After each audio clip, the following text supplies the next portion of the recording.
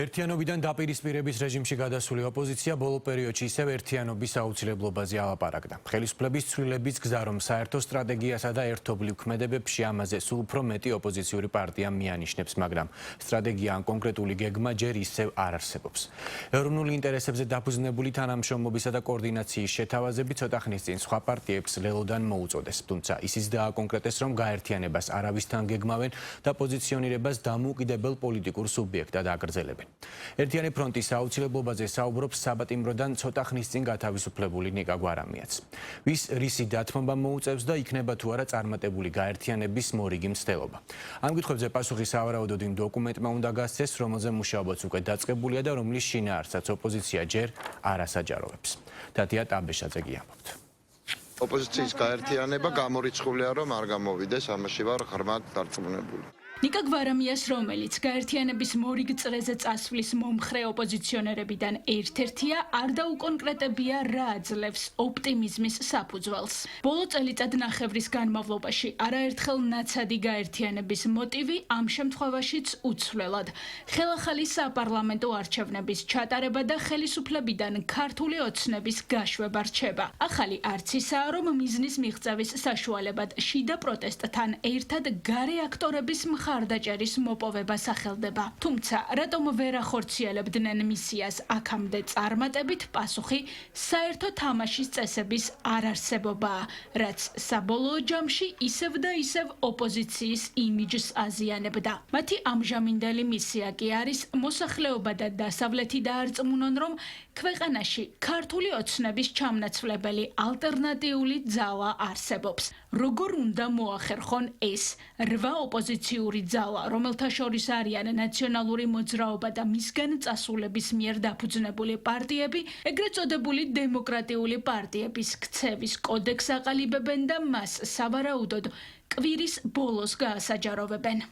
აგერ მაგალითად აქ ვინც ავართ, იმ ლიდერებს პრაქტიკულად აკრძალული გვაქვს უცხოეთში სიარული, ამიტომ ჩვენს ნაცვლად სხვაებიც რო წავიდნენ, ამაში პრობლემა არ არის, უბრალოდ ერთიანი პოზიციები უნდა გქონდეს მნიშვნელოვან საკითხებთან დაკავშირებით და სხვა რაღაცები არ უნდა ველაპარაკოთ. არც ქვეყნის ძირითად საკითხებზე, ფუნდამენტურ საკითხებზე და არა რაღაცა კონკრეტულ საკითხებზე, ბუნებრივია რომ სხვაობები ჩვენ ხედვებში არის, იქნება და უნდა იყოს კიდევაც, მაგრამ არის ფუნდამენტური საკითხები, რომელიც ერთად უნდა გადავწყვეტოთ. თავი არის ის, რომ წინააღმდეგობაში არიან ძალები, რომლებსაც ფაქტობრივად ერთი სალაპარაკო აქვს საგარეო პარტნიორებთან, ქვეყანაში საპროტესტო მოძრაობაში ერთიანად არიან ჩართულები, ამიტომაც რა თქმა უნდა, კარგი იქნება, რომ უფრო ერთიანად და კოორდინირებულად ხდებოდეს ეს ყველაფერი. რამე ახალი კი არ დავწერეთ, ეს ყველაფერი მანამდე ბევრჯერ ნამსჯელი რაც ჰქონდა, ფურცლებზე დავიტანეთ, გავაკეთეთ დემოკრატიული პარტიების ქცევის კოდექსივით, ანუ წესები, რომ მოდი აი ამ წესებს თუ დავიცავთ, შესაბამისად აღარ თავდასხმები აღარ იქნება და მშვიდობიანად მივალთ ბოლომდე, მაგაზე თუ არ სიძახი, რაღაცები აღიარებით ჩვენებას იძლევი. ანუ არ გინდა შენ ამ პროცესში მონაწილეობა და არ ახარ დემოკრატიული ძალა. ბრძოლის საერთო ხაზისა და საერთო პრიორიტეტების დაცვისკენ მოუწოდა დღეს ოპოზიციას მსჯავრდებულმა ექს-პრეზიდენტმა მიხეილ სააკაშვილმაც. ცხადია, რომ ამგვარი მოქმედება 8 თანამოაზრე პარტიის მხრიდან გარკვეულ დათმობაზე წასვლას და პირადი ამბიციების დაძლევას მოითხოვს. დოკუმენტის შინაარს ოპოზიციაში ამ ეტაპზე არ ასაჯაროვებენ, თუმცა, როგორც ირკვევა, მას ერთგვარი მემორანდუმის სახე უნდა ჰქონდეს და ხელმომწერი პარტიები თანაბარ პირობებში ჩააყენოს.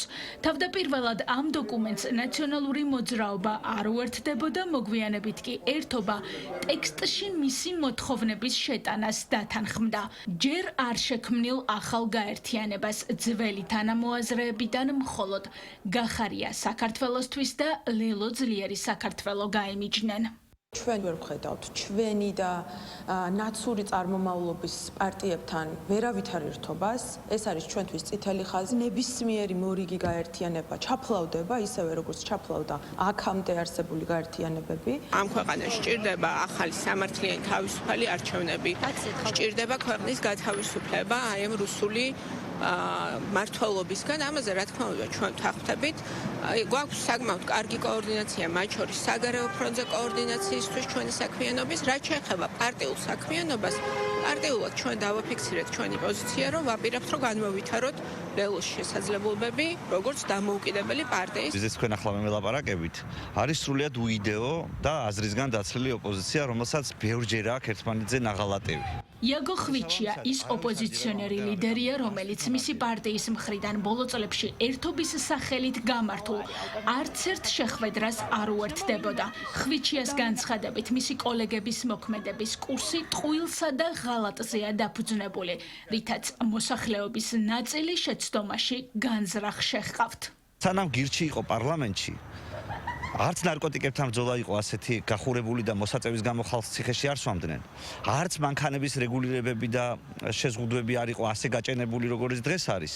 და ის რომ ოპოზიცია, რომელიც გაერთიანებაზე ლაპარაკობს იდეის გარეშე, რომელმაც მიატოვა პარლამენტში 61 ადგილი და მიცა ხელისუფლება სრული კარტბლანში, რაც უნდა ის გააკეთოს. აი სანამ ეს ნარატივი იქნება მოწონებული მოსახლეობის მხრიდან, სანამ მოსახლეობა წაახალისებს პოლიტიკოსებს, რომ ისინი არ შევიდნენ პარლამენტში და თავის საქმე არ გააკეთონ, მანამდე ზოგადად არაფერი არ შეიცვლება. ოპოზიციის ერთობის გულწრფელობის და შესაძლებლობების არც ქართულ ოცნებაში სჯერათ. 8 პარტიის რეპუტაციული ჯამი მმართველი გუნდის შეფასებით ნულია. მათი განცხადებით ოპოზიცია გარე მითითებებმა დაღუპა, მათ შორის საპარლამენტო ბოიკოტის შესახებ დავალების შესრულებამ. ეს ძალები წლების და აწლეულების მანძილზე იყო ვიღაცისთვის დასაყრდენი, რომელიც საქართველოში ფულსაც ხარჯავდა, პოლიტიკურ პროცესებსაც რაღაც დირიჟორობას უწევდა. შესაბამისად, ახლაც ალბათ მუდმივი მოთხოვნა არის, რომ ისინი მოძრაობაში იყვნენ და აი ეს ვითომ გაერთიანების ან ერთმანეთთან რაღაც შეთანხმების პროცესი არის იმ დიდი მავნებლური პოლიტიკის ნაწილი, რომელსაც აწლეულებია საქართველოს წინააღმდეგ ვაკვირდებით. ბაში არის დისკრედიტირებული ოპოზიცია, ამით ყველაფერი არის ნათქვამი, თვითონ შეუწყოს ხელი საკუთარი თავის ამ მდგომარეობამდე მიყვანას, ხო, მათ შორის საბოტაჟი პარლამენტში არ შესვლით და ამ შემდეგ უამრავი არასწორი ნაბიჯი გადაადგმევინეს უცხოეთნა საკუთარმა პატრონებმა და ამის გამო ნულოვანია მათი იმიჯი და რეპუტაცია ჩვენს ქვეყანაში, რაც პრინციპში კარგია, იმიტომ რომ რადიკალური ძალებისთვის არ უნდა იყოს სივრცე ჯანსაღ დემოკრატიულ სისტემაში. ოპოზიციის გეგმაა, რომ ერთობის შემთხვევაში შეხვედრებს გამართავენ ოფიციალურ ბრიუსელსა და ვაშინგტონში. იმ მიზნით, რომ საგარეო ზეწოლა ქართული ოცნების წინააღმდეგ გაძლიერდეს. ეს გეგმა კი ისევე როგორც გაერთიანების იდეა ახალი არ არის.